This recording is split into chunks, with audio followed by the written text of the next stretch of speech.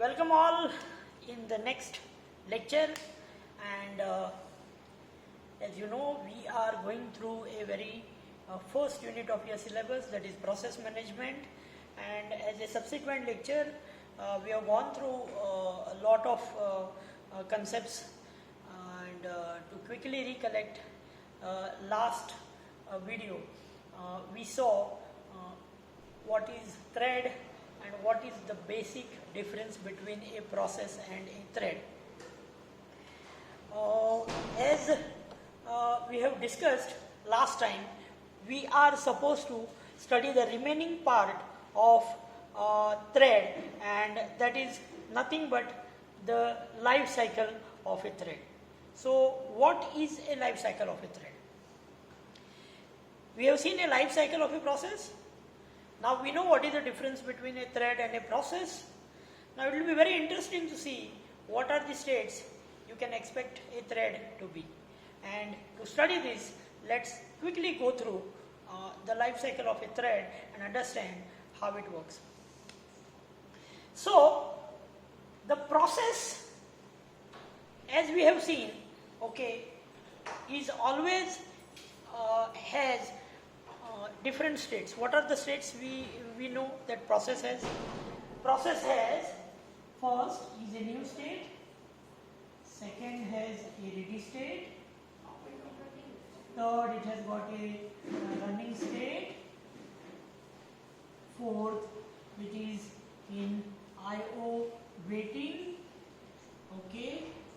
it can be inside, it is swapped, it is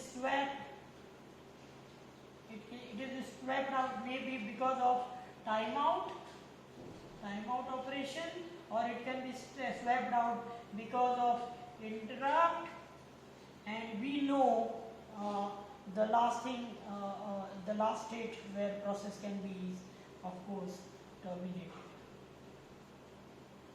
So process, as we have studied, can be in different states. So when we study the life cycle of a process, it will start here, it will end here, and it will traverse this entire journey, and we have seen this already in our previous lecture. The same way,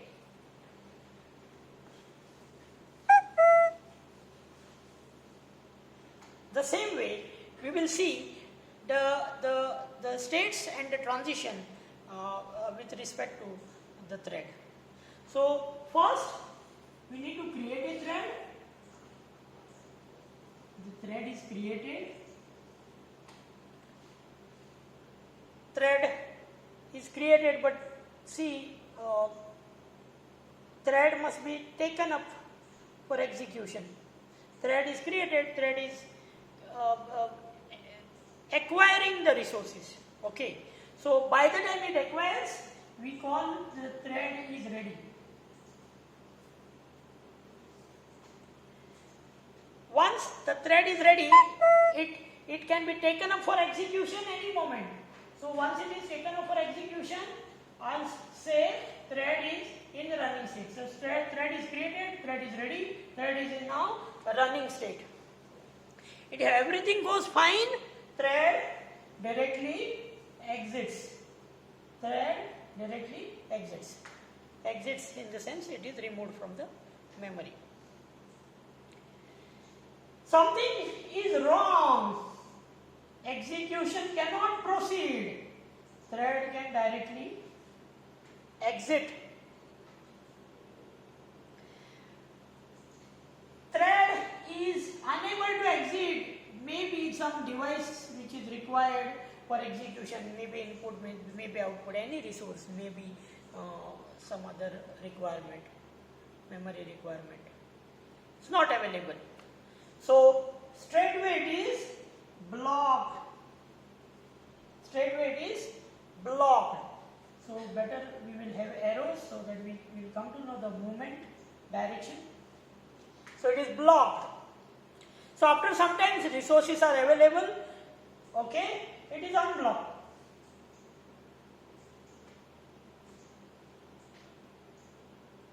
But this is not the way.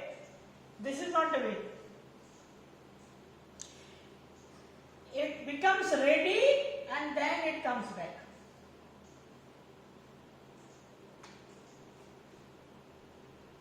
It becomes ready and then comes back. There is one more situation so far as the thread is concerned that we should remember. It is running and it is again taken up into the ready queue. So this is when the request time out operation happens. This typical thing. And this entire thing is nothing but life cycle of a thread. That's it. Life cycle of a thread. So this is how you can expect a thread to be. So let's move ahead. Okay, and see some of the scheduling algorithms which are used, okay, in order to plan smooth execution of a program.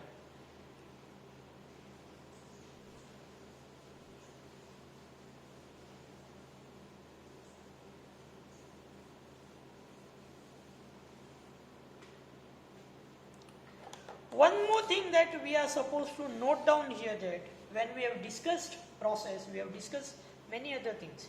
We have discussed long-term scheduler, short-term scheduler, mid-term scheduler. We have discussed degree of programming. We have discussed the I/O waiting part, the interrupt part, request timeout part. We have discussed lot many things which we are not discussing actually in the thread model. The basic difference that we have to understand is threads share common spaces. They do not have their own address space. They share the common space, common address space. Because all the threads which belong to a same process will share the same address space. Only the difference is they'll have their own stack, they'll have their own program counter. Okay, so internally there is a thread 1, say thread 2, this is process P1. Internally they will be able to do all the computations on their own. They don't require anybody's help. But when it comes to sharing of information, they also do not need, no need to calculate the need of address, because they are in the same address space. They are in the same address space. So all those complications which we saw at process end, we are not going to encounter them here when it comes to thread. Very simple. Okay. So moving ahead with the next concept of this unit, and that is the most important part, where you can expect at least one question of not less than 8 marks. Okay, in the form of a problem. And something like you will be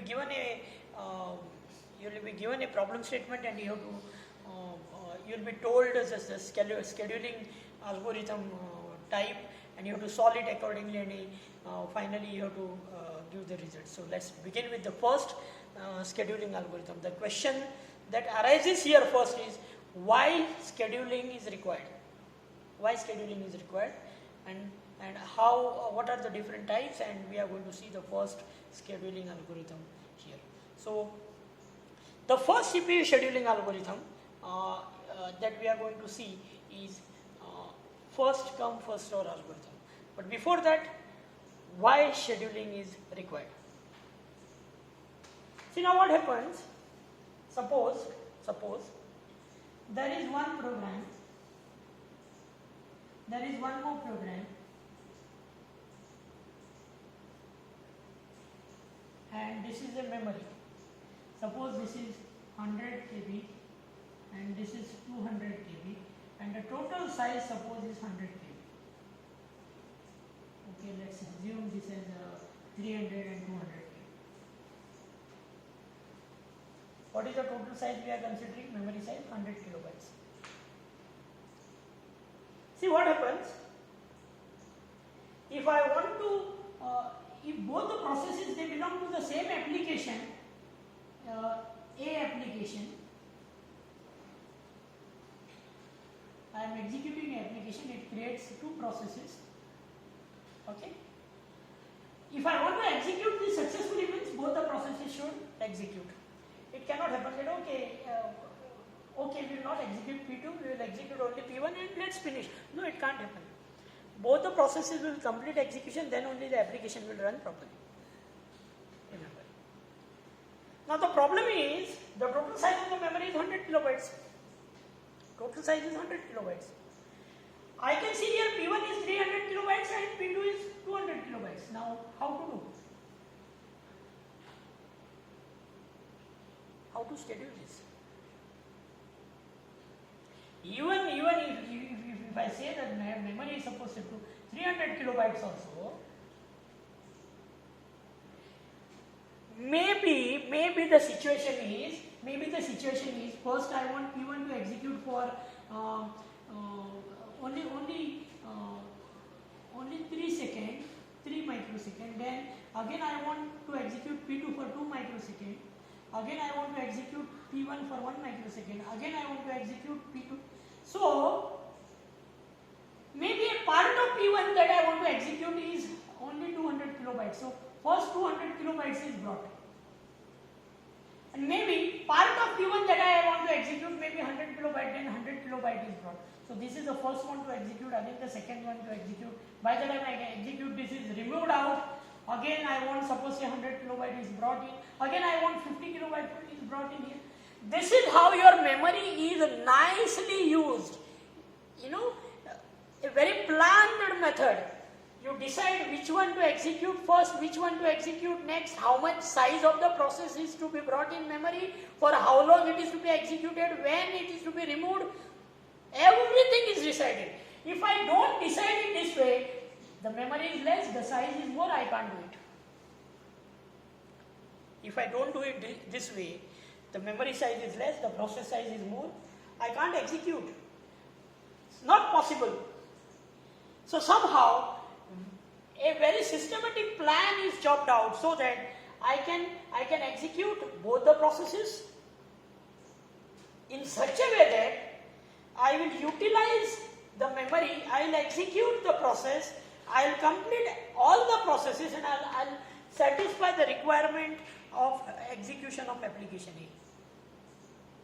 And what I am doing by systematically arranging the execution of this application and indirectly the processes which are involved, what I am doing indirectly is I am doing nothing but I am scheduling the execution of the application. And what I am scheduling? I am scheduling the execution of the processes. I am deciding when to execute, what to execute, how long to execute. And so far as operating system is concerned, so far as execution of any application program is concerned, there are many ways of doing this, and the first way is the first scheduling algorithm, CPU scheduling algorithm that we are going to study, and the algorithm is first come first serve algorithm. We call it first come first serve.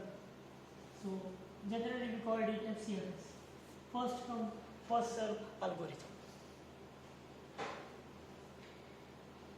How this algorithm works, name itself is enough for you to understand. First come, first serve, simple. P1 arrives, then P2 arrives, then P3 arrives. So let P1 execute first, then let P2 execute first, then P3 execute first. Then it will end.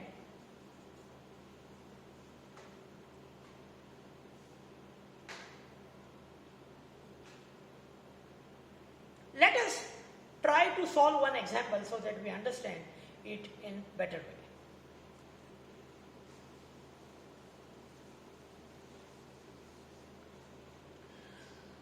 So, let me draw the table, okay, with all the attributes. So, consider there are 5 processes. Let's consider there are 5 processes.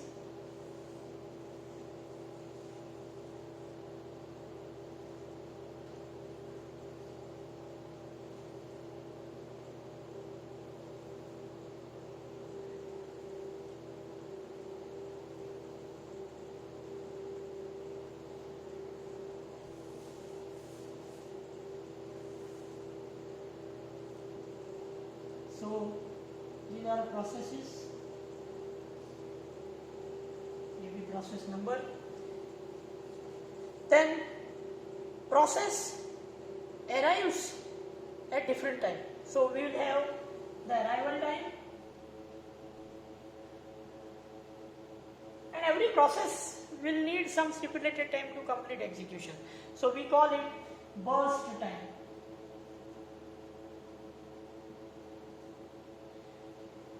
So we will consider 5 processes.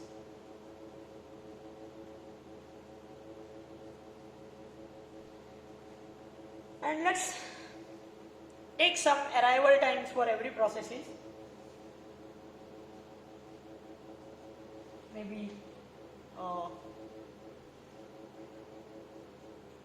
5 and say 4. And some burst time. So what do we understand from this table? Process P1 arrives at third time, third second, if we consider in second, third second, it needs 4 seconds to execute. P2 arrives at 5th second, it needs 3 seconds to execute, and so on. So if we want to solve this using first come first serve scheduling technique, then we have to consider the first process that has arrived in the system. Now which process has arrived in the system according to you? Which process has arrived in the system? System starts with 0, 1, 2, 3, 4, 5, 6, 7 and so on. So at 0th second anybody has arrived? Any process has arrived? Yes. So what we are going to draw here is called as a Gantt chart.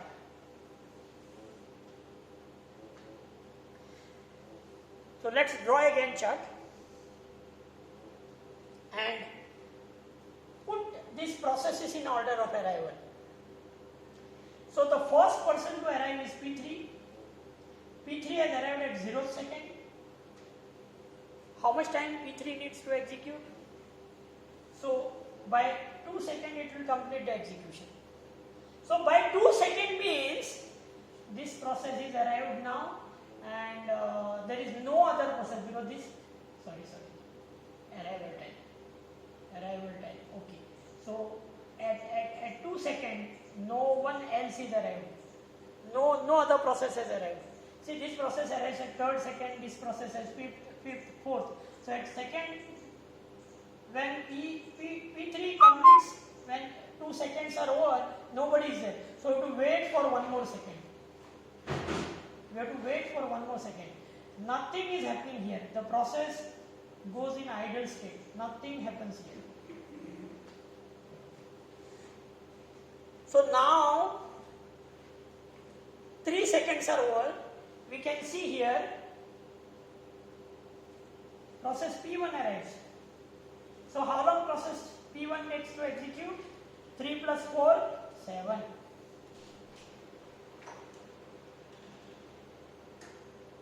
So now 7 seconds. So everybody is arrived. All processes are arrived. So now chronologically, if I go from down to bottom, P2's turn comes next. Then P3 is there, P4, then P5.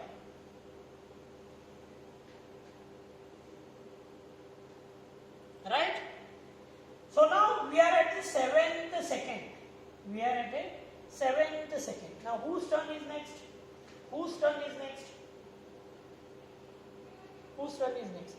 Which process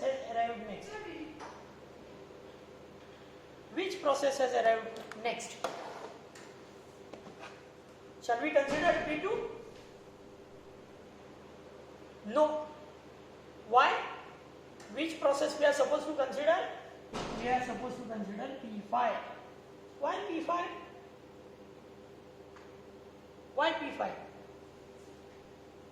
See here, initially there was nobody, so P3 I have started with P3, right? Then there was no process arrived, so we waited. P4, then we came with P1. Now whose turn it is actually? P5. So we are considering P5. How long P5 want to execute? P5 want to execute for 3 seconds, so 7 plus 3 is 10. So after P5 I go to P1 again. P1 is completed. Yes, P1 is done. P2 is completed. No, P2 is not yet completed. So I will consider P2 now. How long P2 wants to execute? 3 seconds. 13. So P2 is done. P3 is completed. Yes, P3 is already completed. P4 is completed. P4 is not completed. So finally P4 is taken up for execution for how long time?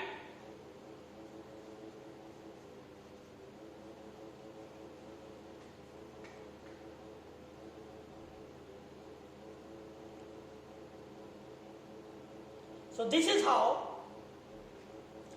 we can see the chronological order of execution. So first P3 is executed, then P1, then P5, P2. So what is expected in the form of solution when it comes to solving the program? So first thing first you have to draw the Gantt chart.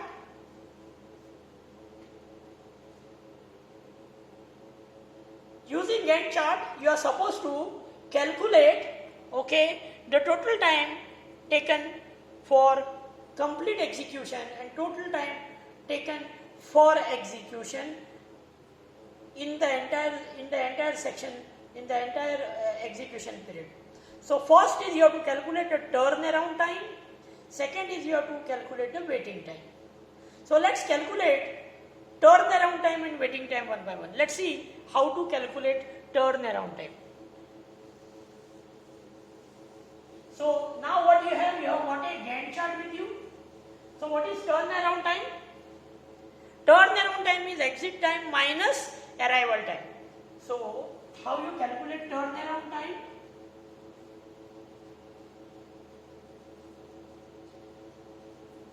Is equal to exit time minus arrival time. So now let's calculate this one by one. How it goes? For P1, what is the exit time? You can see here, this is the place where P1 exits. When P1 arrived, this is the place when P1 has arrived. So 7 minus 3.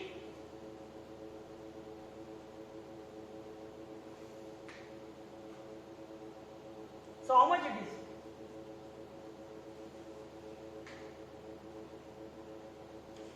For second P2, we can see here P2 has arrived at 10th, P2 finished at 13th. So 13 minus 10, how much it is? In the same way, you can have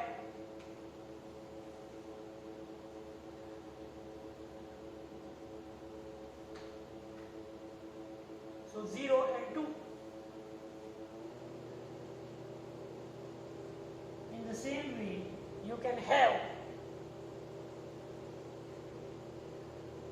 P4. In the same way, you can calculate P5. And now, when you add this 4 plus 3 plus 2 plus 1 plus 3, divided by how many? 5.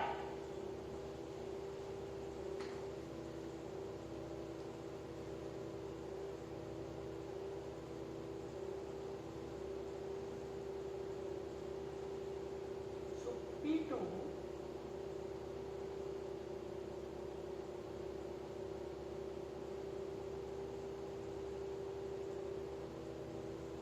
yes, there is one more thing that we are missing here is